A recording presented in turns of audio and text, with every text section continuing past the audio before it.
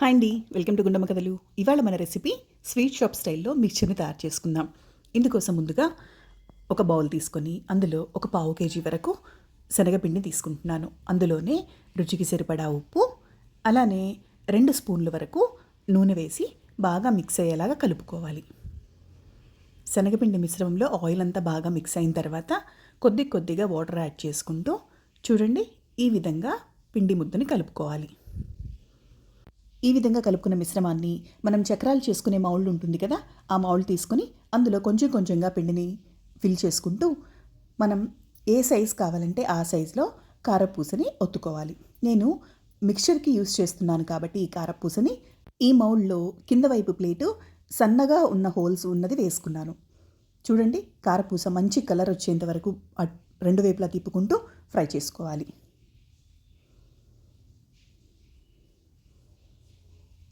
చూడండి, రెండో వైపు టర్న్ చేసుకున్నాను. ఇది మంచి గోల్డెన్ కలర్ రాగానే తీసేసి పక్కన పెట్టేసుకుందాం. ఈ కారపూస చిటికలో అయిపోయే స్నాక్ ఐటమ్ కూడా అండి. ఈవినింగ్ టైంలో ఒక్క పావు కేజీ పిండి కలుపుకున్నామంటే ఇంటిల్లిపాది చక్కగా తినచ్చు అనమాట. మనం మిగిలిన పిండిని కూడా ఒకటి తర్వాత ఒకటి వాయిల్గా వేసుకొని ఇలా కారపూసను తీసేసి పక్కన పెట్టేసుకుందాం. ఈలోపు బూందీ కోసం మనం పిండిని కూడా రెడీ చేసుకోవాలి కదా. అందుకోసం నేను ఒక బౌల్లో పావు కేజీ శనగపిండిని తీసుకుంటున్నాను. శనగపిండిలో బేకింగ్ సోడా ఒక పావు స్పూన్, అలానే రుచికి సరిపడా ఉప్పు, నేను 3/4 స్పూన్ వరకు ఉప్పు వేస్తున్నాను.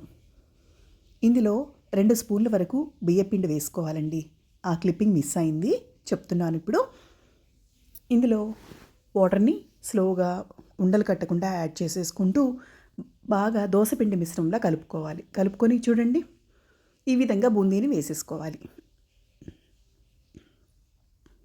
బూందీని ఆయిల్ బాగా వేడెక్కిన తర్వాత మాత్రమే వేయాలండి. అలా వేసినప్పుడు మాత్రమే బూందీ పర్ఫెక్ట్గా రౌండ్గా వస్తుందన్నమాట. చూడండి, బూందీ చక్కగా రౌండ్గా వచ్చేసింది, బాగా ఫ్రై అయిపోయింది కూడా. ఇప్పుడు ఆయిల్లో నుంచి బూందీని తీసేసుకుందాం.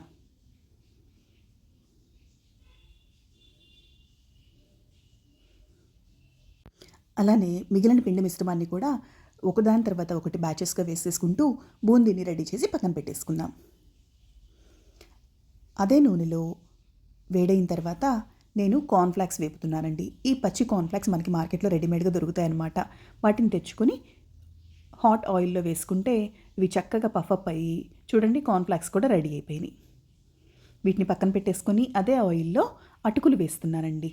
ఈ అటుకులు కూడా ఆయిల్లో బాగా ఫ్రై అయిపోయి చూడండి, బాగా పొంగాయి కదా.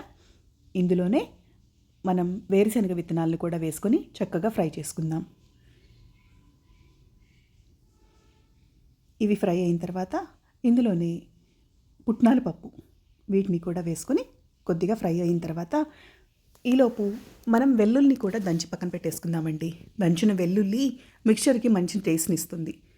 చూడండి, ఒక 10 వెల్లుల్లి రెబ్బలు తీసుకున్నాను. వీటిని కూడా ఆయిల్లో ఫ్రై చేసుకుంటున్నాను. అదే నూనెలో ఒక గుప్పెడు కరివేపాకు కూడా వేసి ఫ్రై అవనిద్దాం. ఇప్పుడు స్టవ్ ఆఫ్ చేసేసుకొని ఫ్రై అయిన పుట్నాల పప్పుని, కరివేపాకుని మొత్తం ఒక బౌల్లోకి తీసేసుకుందామండి.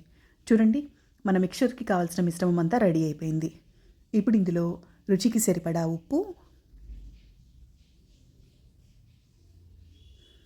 ఇందులోనే జీరా పౌడర్ కూడా యాడ్ చేస్తున్నాను. జీరా పౌడర్ మిక్చర్కి మంచి టేస్ట్ ఇస్తుందండి. ఇందులోనే రుచికి సరిపడా కారం, నేను 2 టేబుల్ స్పూన్స్ వరకు కారం యాడ్ చేశాను. ఇవన్నీ బాగా మిక్స్ అయ్యేలాగా కలుపుకుందాం.